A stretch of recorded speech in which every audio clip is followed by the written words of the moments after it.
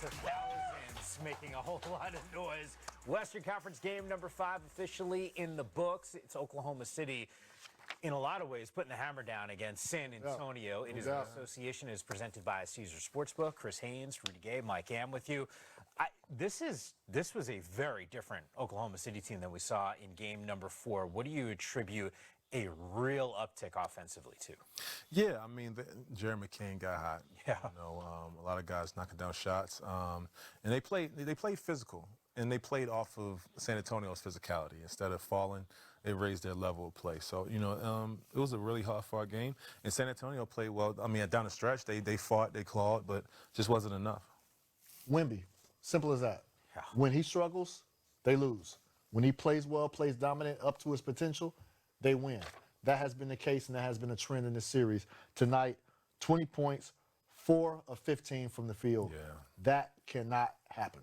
You had mentioned this even in the pregame. You mentioned it to us off air. What he does early in games really dictates kind of the flow that we're going to see. The numbers are pretty remarkable. First half numbers, you look at game 1, you look at game number 4. There's an aggressiveness that equaled wins for San Antonio.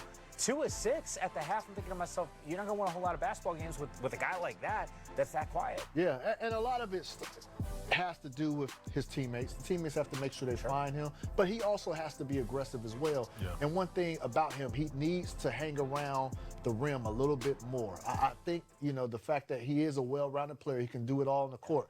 I think sometimes he settles. Not sometimes, a lot of times. He settles. He settles for his perimeter, you know, his perimeter drive, trying to penetrate. And a lot of times that is just not being successful for him or his teammates. He got a lot of his baskets in the second half around the paint, tip-ins, putbacks. He needs to do a lot more of that. And then he was 0 for 5 from the 3. Yeah. He can shoot those threes, that's fine. But if your shot is not going, we need to see a more concerted effort getting to the basket. There's a cheat code in his game, because if those threes aren't falling, he does have the ability to attack. I mean, the size is such a massive and unique advantage that he has. Rudy, if you're his team and if you're on the floor and they're having some of those struggles, what are you saying to Wemby? Well, what makes him great is the fact he can run the floor so well. Yeah. Run the floor. Instead of running to the three-point line, you got to run to the basket. You're 7'5". All you have to do is throw the ball up there. Like, and it sounds easy, but for somebody like him, that's got to be his main goal. Let me start near the rim. Now, a lot of times this game is predicated on whether his three-point shot is dropping. It should be the other way around. Exactly. He should be, you know, forcing his will inside the paint. We saw that in the game a couple games ago when he won, when he had like 30. Yeah. End of the game, he was near the rim, and he got everything either from the foul line or by the rim, you know. And then sometimes step out there and knock down a 3. But he's so talented, and some days it goes. It's hard for a person with that much talent to, you know, pick and choose what you want to do that day. But, you know, I think the immaturity in his game is where he doesn't understand where his bread and butter is. I agree, 100%. Yeah, you know, it's interesting. You said it's easier said than done, but sometimes when you watch him, it looks so darn easy for him, and yet it doesn't play, because the last time I checked, Oklahoma City, good squad too. And Rudy, to your point, the bread and butter for him, the fact that he's 7'5". Yeah. Well, yeah. That's the bread and butter. That's, not that he can do everything and shoot and dribble. No, the fact that you're 7'5". 1,000%. 1,000%. Yeah, by the way, we do expect to hear from the head coaches, not to mention some of the players as they hit the podium. You mentioned McCain, who got the start in this game. Efforting him after a Knicks win, we got Josh Hart. We are hoping to hear from Jared McCain. So as soon as he gets mic'd up and ready to go, we will have that conversation with him. Meanwhile, let's show you exactly how it all played out between these two teams. I gave the stat on our pregame show.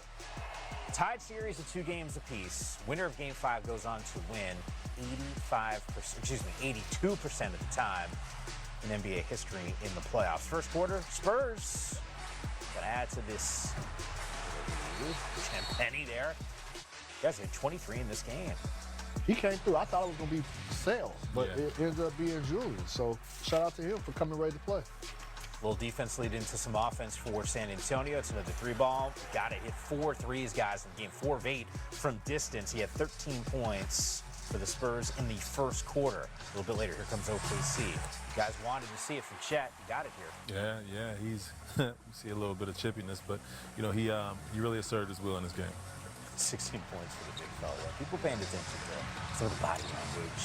How about that pass? Russo again, capping off a 10-1 run. Love to see it. Love to see it. I believe that was when SGA was on the bench, I believe as well. Yeah. Yeah, you're right. Yeah. Thunder trying to pour it on here, create some momentum.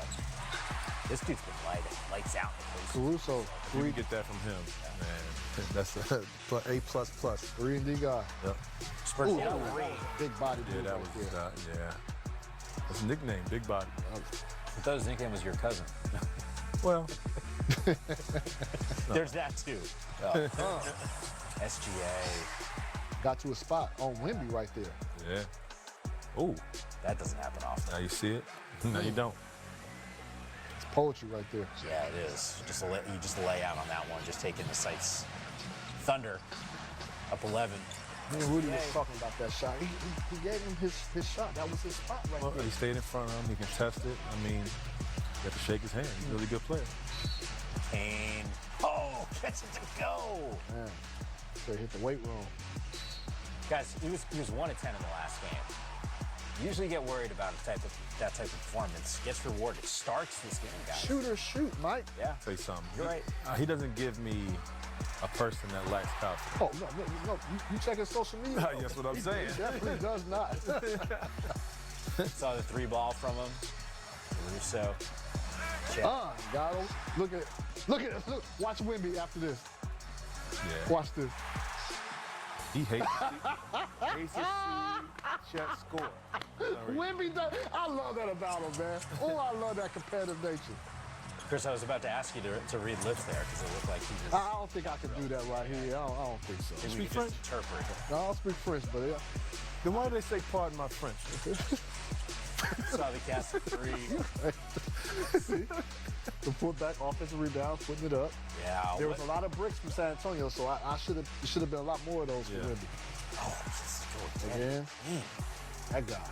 Yeah, that guy is right. 20 points for him. He was 7-19, hit 3 threes in this one. And yeah, all of a sudden, the defending champs had some struggles in the regular season against this Spurs team.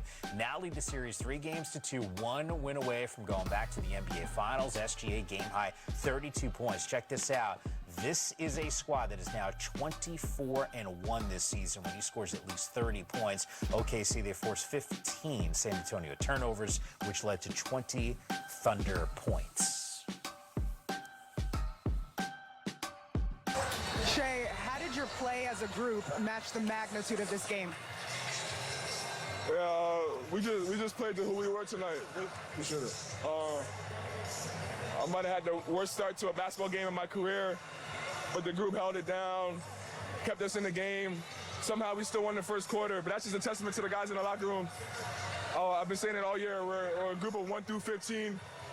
We wouldn't be this deep in the season without the guys, everybody on the team, and it just showed again tonight.